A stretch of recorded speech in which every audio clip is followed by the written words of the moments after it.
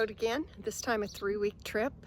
Our first stop is Valley of Fire, just north of Las Vegas, and we actually got a campground inside the state park, and it is beautiful.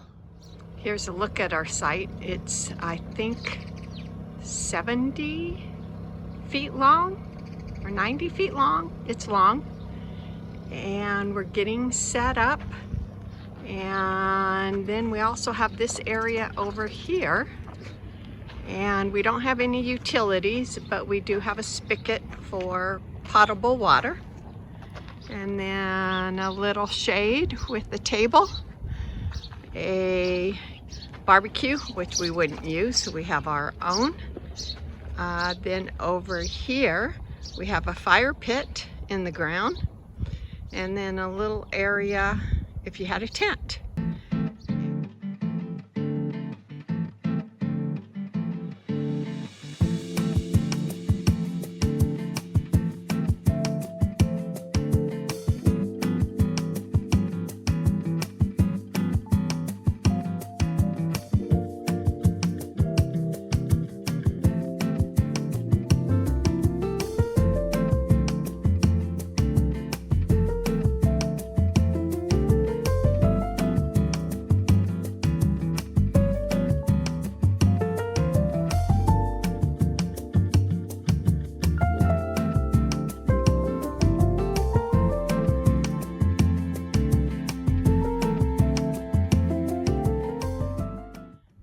Great thing about staying in the state park is you get to explore when no one is around. Earlier in the day, this was packed with people. These petroglyphs have existed for over 4,000 years. Ancient drawings are a reflection of the past and the lifestyles of Native American cultures. Although it's not known the exact meaning of the images, this art reflects the thoughts of these people.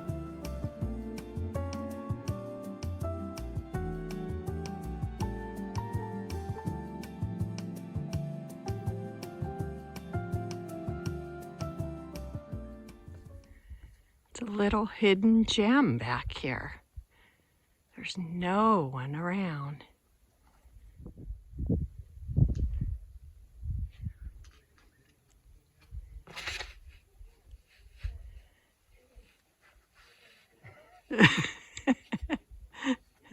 Wrong shoes. Right. You need hiking boots. Sand is like just fine sand. It's red and very, very fine. Cool.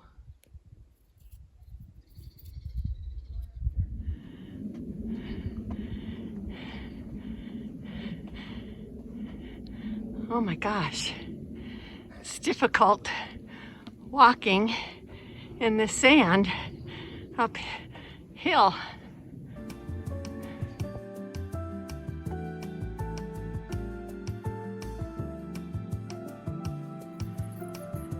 How fun it is to explore. Wow, this hole, small little hole. Ton of them come out of.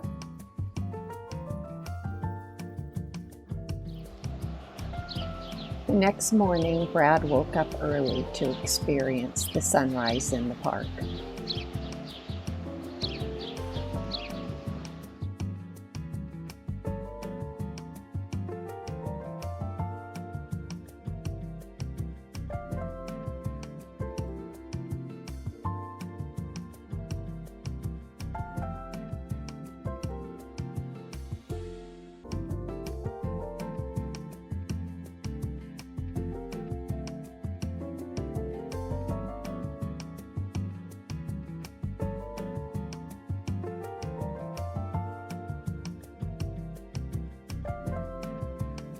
Our first stop for the day was Arch Rock.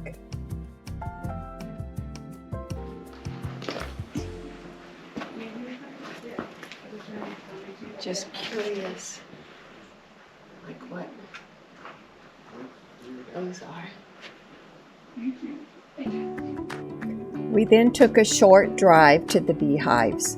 The beehives not only demonstrate the unique design that can be created by nature, but is an excellent representation of geologic cross-bedding. Those are the grooved lines going in different directions.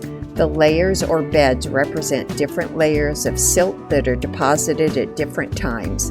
The beds indicate the angle the wind or water was moving at the time the material was deposited. There are numerous examples of cross-bedding throughout Valley of Fire.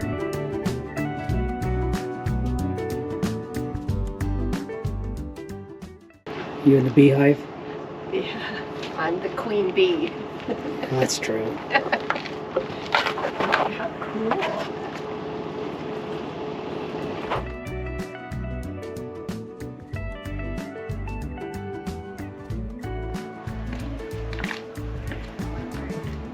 Oh, that's interesting. All of that. What do you think? What kind of animal? A nasty one. Yeah. Maybe rats or something like that. You think so? Pack rat or something. I don't know. It's got different layers going different directions.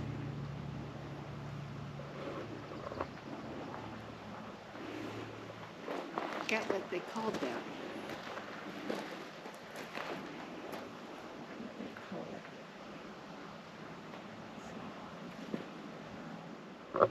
They call it cross bedding, where wind and water were going different directions at different times. What is that? I guess it's a sandstone of some sort, but it's very... Here's a perfect example of cross bedding. Pretty cool. Right here.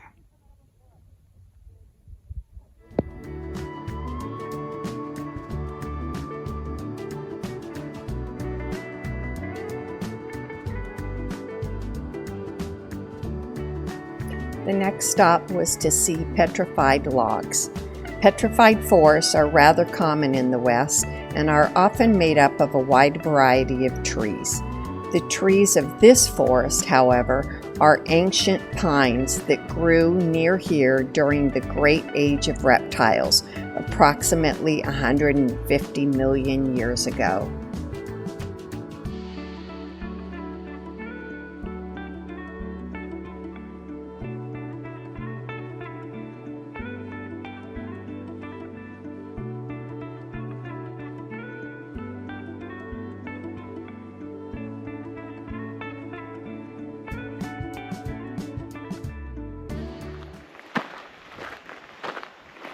They were built in 1935 by Conservation Corps for visitors. That would be us.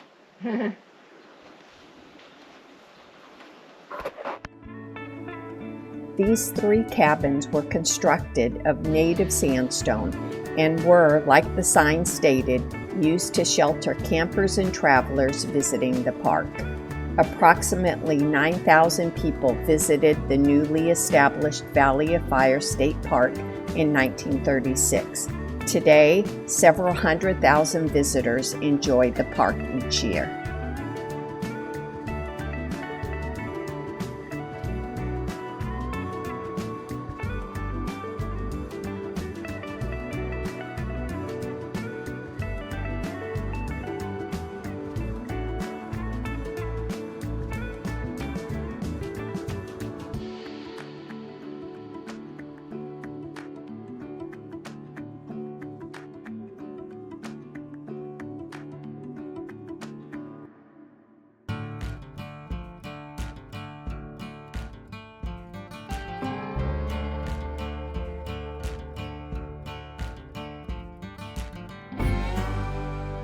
Our next stop of the day was Mouse's Tank, a 3/4 mile hike over loose sand where petroglyphs line the walls.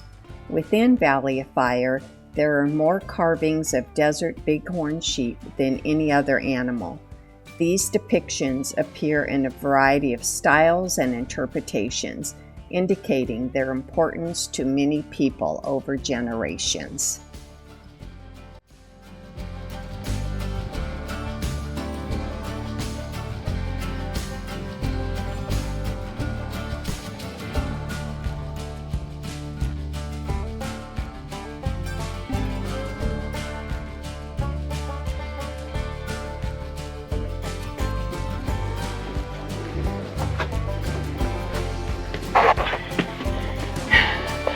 Made it.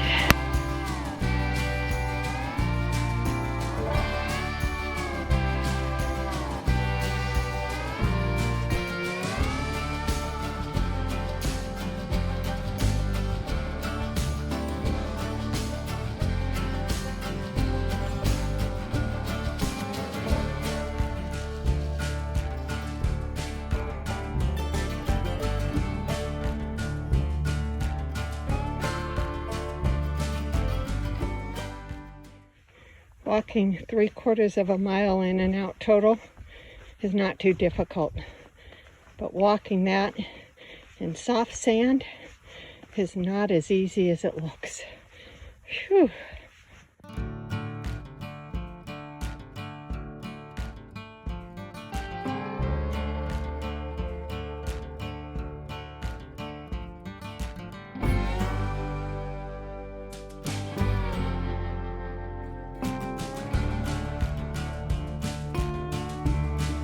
That's one green tree.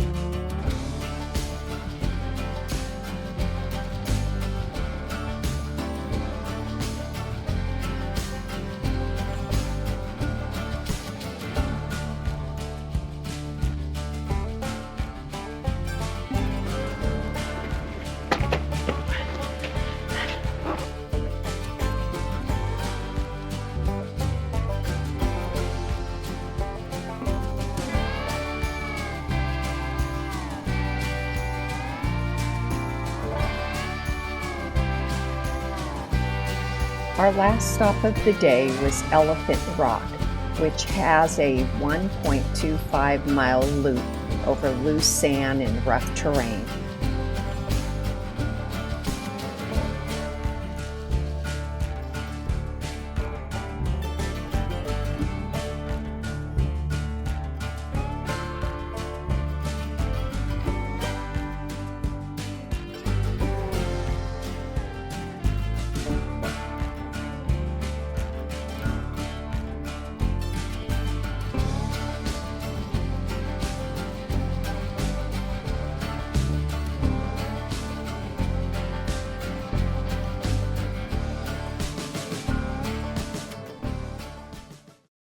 The next day, we got an early start to get a photo op. They say that this rock is the perfect place to take a picture of the road in Valley of Fire between the canyon walls. It was then on to our hike for the day.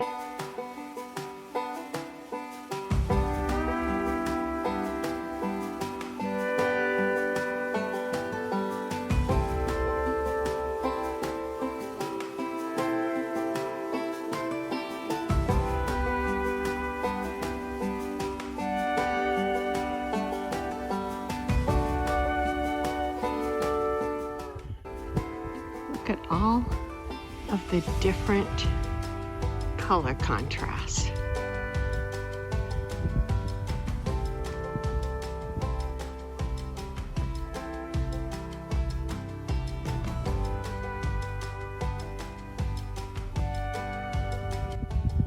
So we're doing a hike today, 3.5 miles or so.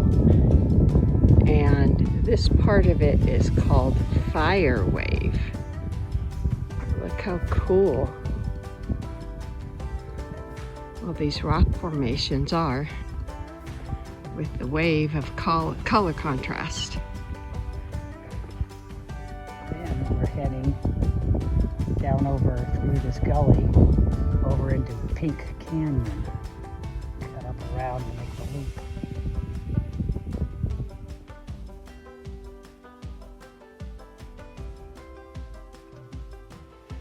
She has a nice little line in the stone, the limestone here, if that's what that is, to follow. So no getting lost on this trail. This is the end of the Fire Wave Trail.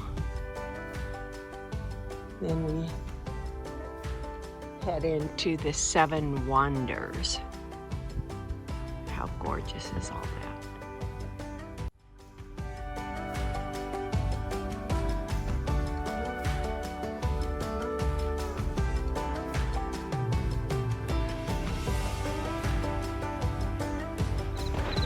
Heading into Pink Canyon up ahead through this wash.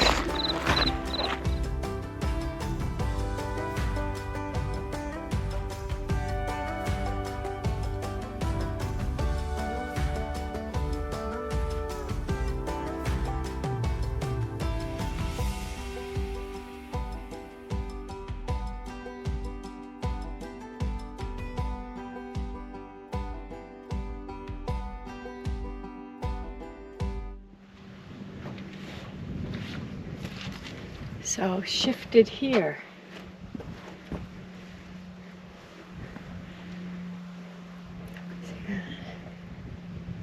So all these must have been shifts in the rock. Who knows how many thousands of years ago, or millions. Yeah, because if you follow some of the colors, they look like they might have, I know, otherwise, like that plate, maybe that's just, they shifted and that's ground up, you know, grit is what the lines are for. That is our basic knowledge. Now this is a totally different environment with reds and oranges and yellows.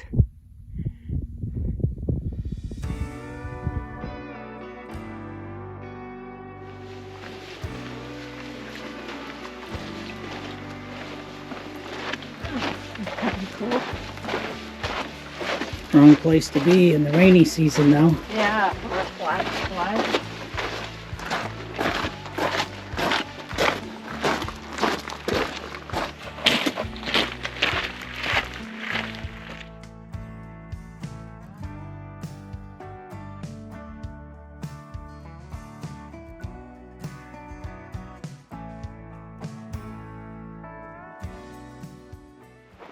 Almost like this is something completely different than the rocks. It's like someone put a flat piece of rock in there. So this is what we're hiking in. This soft sand that makes it so difficult that a half a mile seems like a mile. But it's so fine.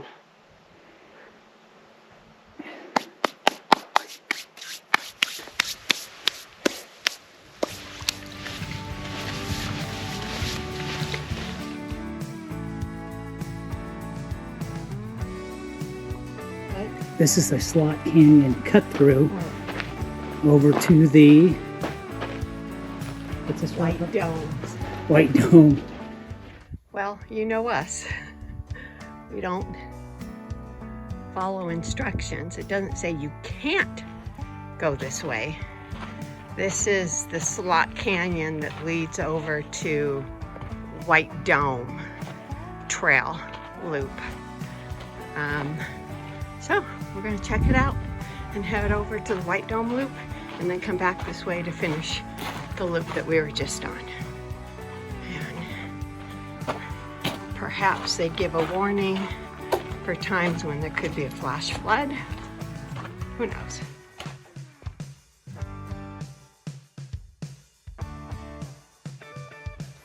That guy isn't expected out here. Oops. And this is the White Dome loop.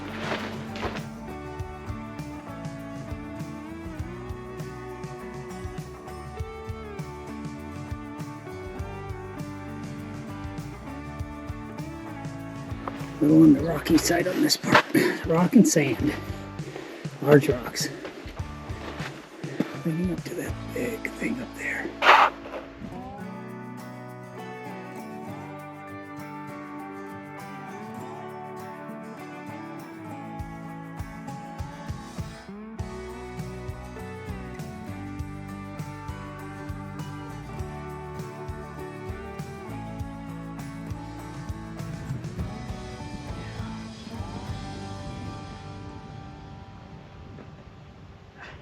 He still thinks he's 30,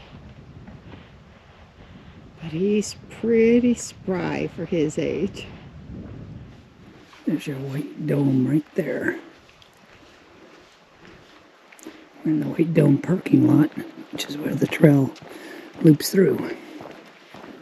Okay, so this is what I learned from the sign.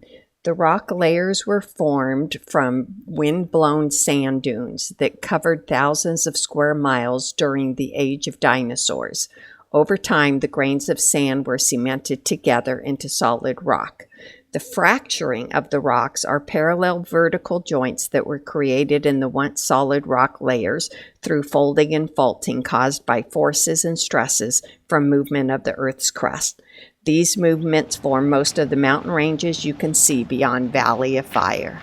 That answered a lot of questions for me.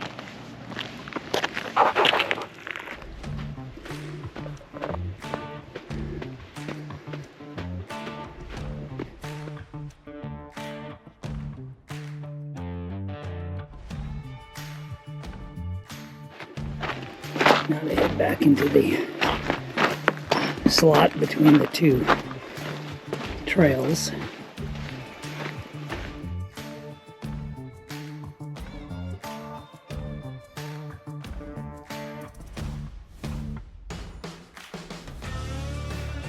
Do not be one of these people. Nothing more aggravating. Walk all the way around. All right, here, go around. I think we go that way.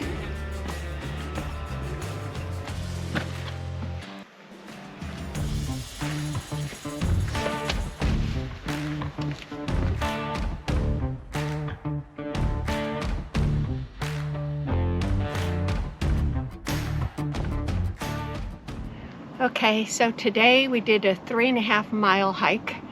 We did Fire Wave to Seven Wonders. Then we took a short slot canyon to White Dome and finished the hike about 2 hours. That was with a lot of stopping and taking pictures. Was a fun little hike, beautiful landscape, so many different variations of color contrast. Definitely worth doing. I would suggest, we're at April 30th. I would suggest first thing in the morning. It gets warm, not a lot of shade. Bring a lot of water.